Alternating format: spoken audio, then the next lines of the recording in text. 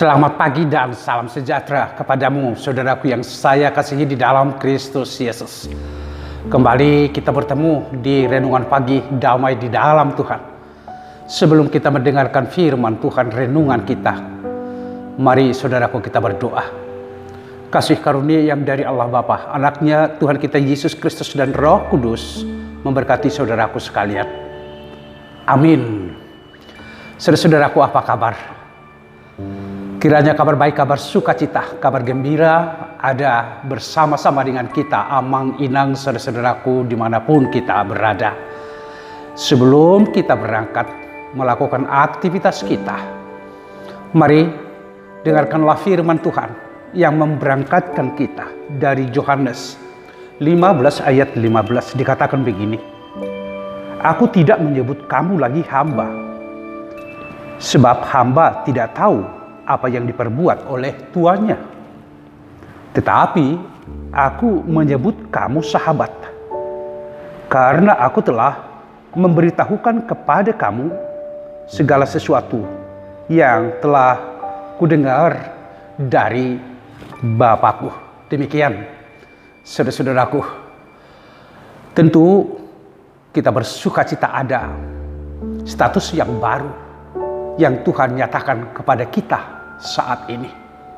Status yang baru itu menyebutkan bahwa kita bukan disebut lagi sebagai hamba, tetapi Tuhan di dalam Yesus Kristus menyebut kita sebagai sahabat. Tentu sebagai sahabat, Dia memahami kita. Dia mengetahui suka duka di dalam kehidupan kita. Dia sangat peduli kepada kita semua. Dan Dia tahu apa yang kita rasakan. Itulah seorang sahabat sejati. Dan tidak ada sahabat yang sejati di dalam kehidupan kita selain daripada Tuhan di dalam Yesus Kristus yang menyebut kita, saudaraku semua. Tuhan menyebut saudara sebagai sahabat, menyebutkan saya sebagai sahabat. Sebagai sahabat, saudaraku, ada tugas dan tanggung jawab yang harus diperankan.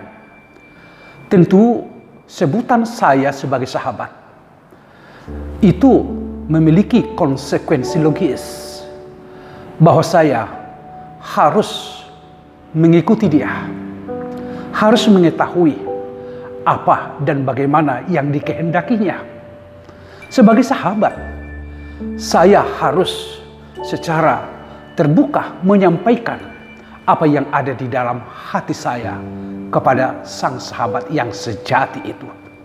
Tuhan sudah mengatakan dan memerintahkan kepada semua orang, kepada semua murid-muridnya, supaya mereka saling mengasihi, berperan di dalam tindakan cinta kasih. Itu yang dilakukan oleh Kristus. Di dalam Kristus, Dia sudah menunjukkan kasih yang begitu besar di dalam kehidupan kita. Sehingga apa yang dilakukan oleh Kristus itu menjadi peran kita bersama. Karena apa, saudara-saudaraku? Tidak ada kasih yang lebih besar daripada kasih seorang yang memberikan nyawanya untuk sahabat-sahabatnya. Yesus telah memberikan nyawanya kepada kita. Dia sudah mati, Dia disalibkan demi saya, sahabatnya. Demi keselamatan saya, demi keselamatan kita, saudara-saudaraku, di tengah-tengah kehidupan itu. Itulah arti yang sangat besar Yesus sebagai sahabat kita dan menempatkan kita sekarang menjadi seorang sahabatnya, saudara-saudaraku. Hubungan yang baru telah tercipta, saudara-saudaraku. Dan ini mengubahkan semua mindset kita, karakter kita, moralitas kita, supaya kita hidup di dalam saling mengasihi. Tidak ada alasan kita untuk berhenti di dalam peran kasih terhadap sesama. Karena Kristus sudah mengasihi kita. Di dalam kasihnya Dia berkorban. Di dalam kasihnya Dia mengampuni kita. Dan di dalam kasihnya Dia menyelamatkan kita. Bukankah ini yang dirindukan oleh bumi kita saat ini? Bukankah hal yang seperti ini yang dirindukan sesama kita di zaman yang maju ini, di era yang maju ini, era informasi teknologi yang begitu cepat berubah, di mana manusia sekarang sangat miskin di dalam kasih terhadap sesama, di mana manusia sekarang sangat membutuhkan sentuhan kasih terhadap kehidupan kita, di mana manusia sekarang mengalami kesepian karena tiada tindakan kasih. Saling membiarkan bukanlah ciri dari sebagai seorang sahabat. Tidak peduli terhadap sesama, bukan itu ciri dari sahabat. Bukan sahabat namanya kalau saya tidak mau berkorban untuk sesama. Sehingga makna dari sahabat ini sungguh sangat dalam untuk kita perankan di dalam kehidupan ini. Saudara-saudaraku, sebagai sahabat Tuhan Yesus, kita adalah sahabatnya. Mari kita tunjukkan hidup kasih terhadap sesama, peduli terhadap sesama, mencintai kedamaian, mampu memahami, dan juga mau berkorban terhadap sesama. Tidak ada kasih yang lebih besar daripada kasih seorang yang memberikan nyawanya untuk sahabat-sahabatnya.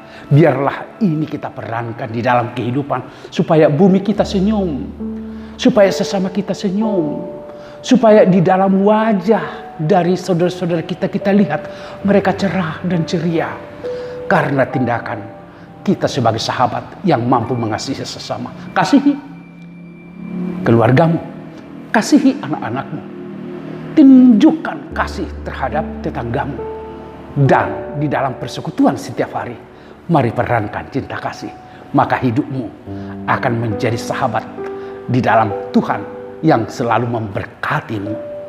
Amin. Terpujilah namamu ya Allah, yang telah memberikan kami firman kehidupan. Tuhan telah menjadikan kami sebagai seorang sahabat. Kami memiliki status yang baru di dalam Tuhan. Terima kasih. Biarlah peran sahabat ini kami tunjukkan di dalam kehidupan setiap hari. Mampu mengasihi, mampu peduli terhadap orang lain, dan mampu memaafkan dan saling hidup di dalam sukacita karena keselamatan itu kami miliki. Terima kasih, berkatilah kami semuanya. Engkaulah Allah yang kami puji dan sembah. Di dalam Tuhan kami akan mengalami hidup berbahagia dalam Yesus Kristus. Anugerah dari Tuhan kita Yesus Kristus, kasih dari Allah Bapa serta persekutuan Roh Kudus memberkati saudaraku sekalian. Amin.